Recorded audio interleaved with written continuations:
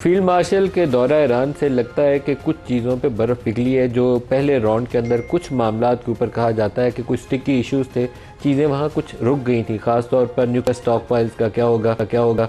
America ने last moment के ऊपर जाकर कहा कि आप बिल्कुल ज़ीरो एनरिचमेंट पे जाएंगे फॉर नेक्स्ट 20 ईयर्स। तो इस पर बात अटक गई क्योंकि सिविल न्यूक्लियर यूज़ के हवाले से ईरान ये चाहता है कि उसको इजाज़त दी जाए। बाकी इश्यूज़ के ऊपर वो फ्लेक्सिबिलिटी दिखाते रहे पहले भी, अभी भी इम्कान यही है कि फ्लेक्सिबिलिटी दिखाएंगे। लेकिन 60% जो अफजूदा यूरेनियम उनके पास मौजूद है 450 किलो के करीब, वो स्टॉक पाइल्स कहाँ जाएंगे, एक वो इशू है।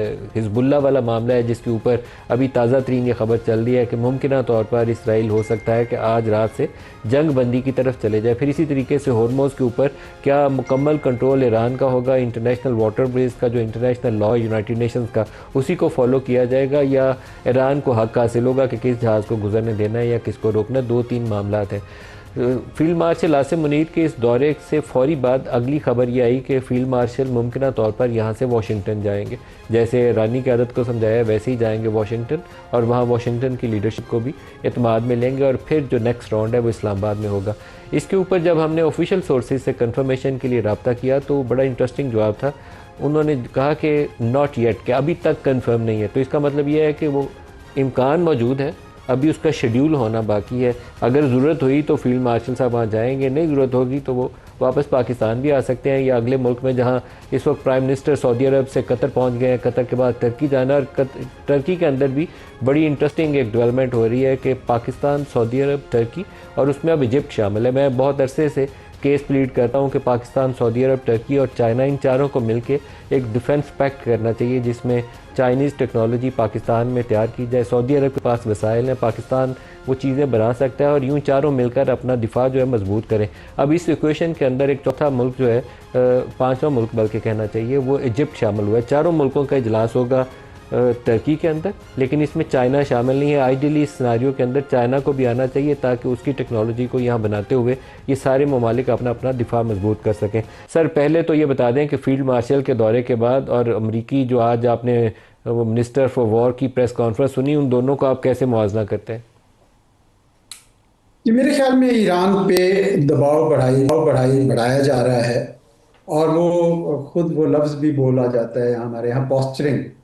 तो ज़्यादातर तो ये पॉस्चरिंग है ताकि ईरान के ऊपर ब्राउबीट करके उसको राज़ी किया जाए कि आपने स्ट्रेट ऑफ हॉर्मुज़ खोलनी है, क्योंकि अगर नहीं खोली तो फिर मामला जो है ना वो आपके भी और हमारे हाथ से भी निकल जाएंगे। तो मैं समझता हूँ कि ये उस दबाव का हिस्सा है, वरना डोनाल्ड ट्रंप साहब यकीनी तौर पर एक डील करना चाहते हैं, क्योंकि जो दाखिली हालात ऐसे हो चुके हैं जिसमें इतने बड़े बड़े लोग जैसे सेक्रेटरी कैरी और सेक्रेटरी हिलरी क्लिंटन तक से लोग भी ये खुलकर कहने लग गए कि हमारी जंग नहीं थी, इसराइल ने हमें जाल में फंसाया। तो गोया अब पूरी अमेरिका के अंदर ये ख्याल फैल गया है मुकम्मल तौर पर कि इसराइल की जंग थी जो हमारे जिम्मे पड़ गई। तो मुझे तो ये लगता है कि डोनाल्ड ट्रंप साहब की पार्टी बिल्कुल नहीं चाहती कि अब ये जंग जो है ये मजीद जारी रहे। तो वो करना चाहते हैं, विच जो एक अच्छी चीज़ है, खुश आइंद बात है कि वो करना चाहते हैं। इसी तरह ईरान के अंदर भी मेरे ख्याल में मुख्तलिफ राय जिस तरह हर मुल्क में होती है, शायद वहाँ पे भी होंगे, वहाँ पे भी हार्डलाइनर्स होंगे कि जहाँ हमने 40 दिन की जंग जो है वो सह ली तो हम आगे भी कर सकते हैं। लेकिन मुझे लगता है कि जो मौजूदा क़यादत है वो शायद चाहती है कि अब इसको फिलहाल रोक लिया जाए किसी तरीके से। तो मुझे तो आसार पूरे नज़र आ रहे हैं कि कोई डील होगी। लेकिन आपने अपनी इब्तदाइये में जो 3 बातें कही वो तीनों बातें ही असल में सही इसका यानी जिसे कहते हैं ना कि मसले का हल भी है और मसले की जड़ भी है।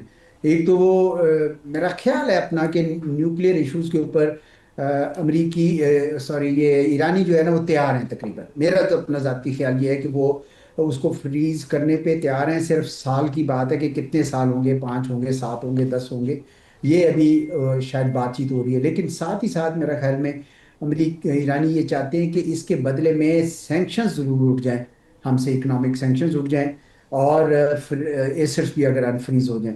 तो ये मेरे ख्याल में वो ज़रूर ये चाहेंगे। दूसरी तरफ है state of Hormuz. State of Hormuz के बारे में ईरानियों का बिल्कुल ये है कि ये हमारे पास एक ऐसा पत्ता है जो अब हम छोड़ेंगे नहीं। लेकिन अगर सैंक्शंस उठती हैं और एसेट्स भी अनफ्रीज होते हैं तो शायद मेरे ख्याल इस पे भी वो फ्लेक्सिबिलिटी दिखा देंगे। और हो सकता है कि ये प्रैक्टिकल भी हो, क्योंकि ये तो ऐसी स्टेट ऑफ हॉर्मुज है कि ये कभी भी, ये दोबारा भी जब भी कब्जा करना चाहेंगे तो ये कर सकते हैं। इस और वजह सर से मुझे, हिजबुल्लाह का क्या होगा? हाँ, ये तीसरा मसला ये है। क्योंकि आज वैसे यही ऐलान तो हुआ है इसराइल की तरफ से कि जंगबंदी है। क्या हिजबुल्लाह उस जंगबंदी को ऑनर करेगा? मोस्ट लाइकली वो करेगा। और अगर ईरानी उसको क्लियरेंस दे देते हैं तो इस वक्त जो बिल्कुल आखिरी टचेस हैं, जिसके लिए हमारे आर्मी चीफ भी पहुंचे हुए हैं ईरान में, ताकि इसको इस दफ़ा मुझे लगता है कि दोनों साइड ये चाहती है कि मुकम्मल तौर पर ये सेटल होकर फिर हम वहां पे जाएं। ये बड़ी अच्छी बात है कि दोनों ने पाकिस्तान सर की। आपका ये तासुर दुरुस्त है। मुझे लगता है कि फील्ड मार्शल ने जाके ईरानी क़यादत को ये समझाने की कोशिश की है कि वो ओवर प्ले मत करें, जो एक रियलिस्टिक पोजीशन है उसी के अंदर रहते हुए जो मैक्सिमम मिल सकता है आपको वो लें, एक इकनॉमिक सैंक्शंस हटवा लें, जो एसेट्स फ्रीज हुए हुए हैं उसको ठीक करवा लें और बातचीत आगे चलाएं। लेकिन एक सवाल सर और भी पूछना है आपसे, ये जो इस वक्त टर्की में इजलास होने जा रहा है, पाकिस्तान, सऊदी अरब, टर्की और इजिप्ट का, इसको आप कैसे देखते हैं? उसी तरीके से देखता हूँ जिस तरह आप देखते हैं। क्योंकि एक नया सिक्योरिटी आर्किटेक्चर जब ये जंग बंद होगी तो बनना ही बनना है। खलीजी रियासतें जो हैं वो तकरीबन नाउमीद हुई हैं कि अमेरिका के अड्डों ने हमें कोई सिक्योरिटी प्रोवाइड नहीं की है। उनमें से कुछ ऐसी तो रियासतें हैं, यूएई जैसी, जिनका ये ख्याल था कि ईरान गिरे ही गिरे तो सब मामला ठीक हो जाएंगे, लेकिन वो हुआ नहीं। इसलिए अब उनको कोई नया सिक्योरिटी आर्किटेक्चर जो चाहिए, उसमें यकीनन जीसीसी के अलावा पाकिस्तान और तुर्की शामिल होंगे। इजिप्ट मुझे नहीं पता कहाँ से आया, लेकिन चले आ गया है तो कोई बात नहीं। उनकी भी मिडल ईस्ट के अंदर काफ़ी रसाई है, तो वो भी ठीक है। चीन मेरा नहीं ख्याल जी शामिल होगा। आपने कहा कि चीन होगा उसमें, मेरा नहीं ख्याल। चीन जो है वो अपनी पैटर्नेज जरूर देगा इसको, लेकिन वो बराह रास्त उसका हिस्सा नहीं बनेगा। और मैं ये भी नहीं समझता कि ये अलायंस होगा।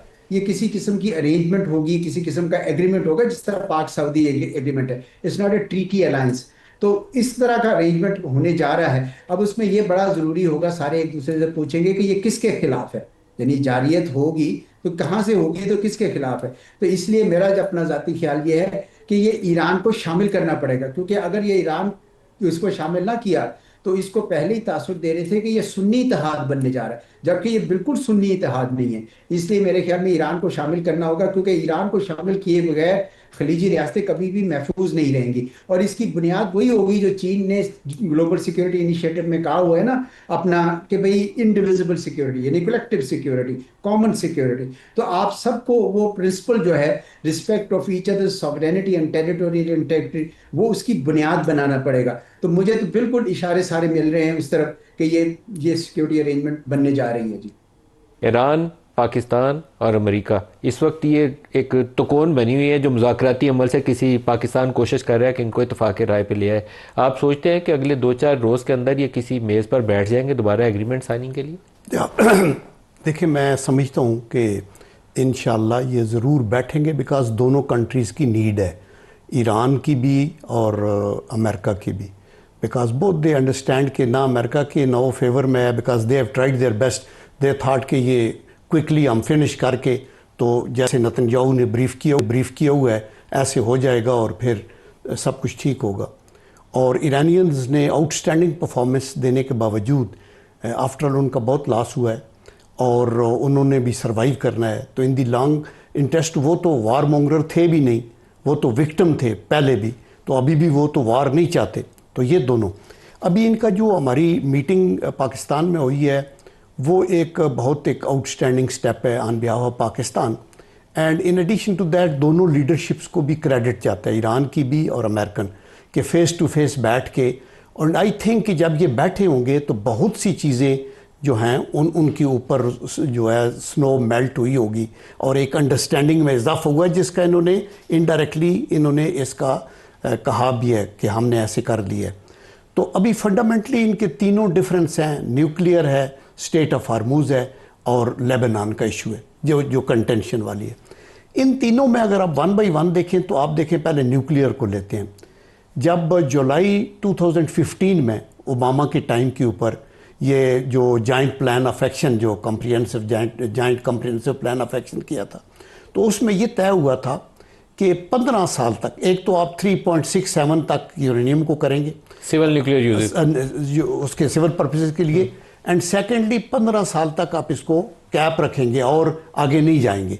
आप ये देखें कि अभी 2015 से अभी तक 11 साल तो हो गए, तो अभी ईरानियन कह गए हैं कि अगर आइंदा भी लगाना है तो 5 साल लगा लें, बिकॉज अगर आप वो एक, हमने तो नहीं तोड़ा, आप ही ने तोड़ा था ना, वो आपने वो मुआहदा तोड़ा और 10 साल से ज़्यादा तो हो गया उसके ऊपर, तो आप हमें, और उस वक्त हमारी सैंक्शन भी हटा दी गई थी, फिर आपने हमें सैंक्शंस भी लगाई, हमें लिताड़ा भी। तो एक तो ये है कि आई थिंक इनको भी कंसिडर करना चाहिए कि 20 साल का कैप ना लगाएं, 5 साल का अगर वो एग्री कर रहे हैं। इंटरनेशनल लॉ में सिविल यूज जो है न्यूक्लियर का, वो उसकी इजाजत है, वो ईरान को इजाजत रहनी चाहिए। या वो तो इजाजत रहनी चाहिए, लेकिन उन्होंने कहा था ना कि यहाँ तक कैप रखे, वो कह रहे, तो वो कह रहे हैं जीरो, लास्ट मोमेंट पे जहाँ ब्रेक लगी है, ये इस्लामाबाद में इस पे लगी है कि वो उनको कहीं से फोन कॉल आ गई जेडी वैंस साहब को, उन्होंने कहा बिल्कुल ही जीरो होगी एनरिचमेंट, उसके ऊपर फिर रुक गया। तो ये ज्यादती है ना, मेरा मतलब है कि आप एक बैनुल-अक़वामी लॉ है जिसमें सब कंट्रीज को इजाज़त है, और फिर आप ये यकतरफा तौर पे, चूँकि मैंने उनके डिफेंस सेक्रेटरी को, अमेरिकन को, ये भी सुना कि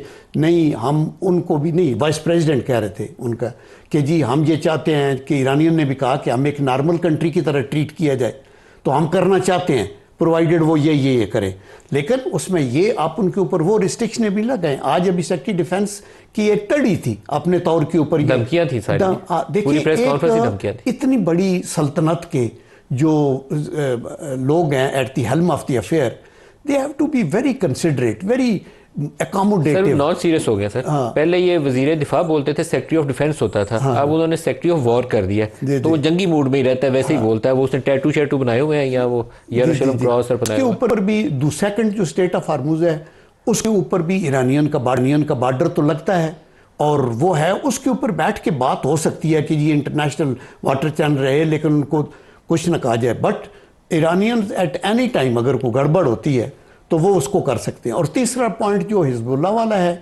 अगेन आप देखें कि नेतन्याहू ने क्या कुछ नहीं किया गाज़ा में, यानी मौजूदा तारीख में इससे बड़ी दरिंदगी की कोई मिसाल नहीं मिलती, जिस तरीके से स्लाटर हुए, बच्चे भी और बूढ़े भी सब।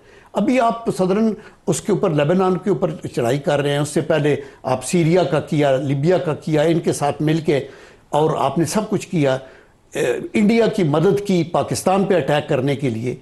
तो आप उसको कौन सा वो सेन एलिमेंट है, वो तो मतलब वार मोंगरर है, और उसकी बात मान के तो आप ये कहते उधर जाते नहीं, उधर भी सीज फायर होनी चाहिए, और वहाँ भी गाज़ा का भी जो उन्होंने जुल्म किया उनको भी कंपनसेशन मिलनी चाहिए, और सदरन लेबनान में भी। और लास्ट पॉइंट जो आपने बड़ा अच्छा कहा, मेरे ख्याल में ये मुस्लिम दुनिया को इकट्ठा होना पड़ेगा।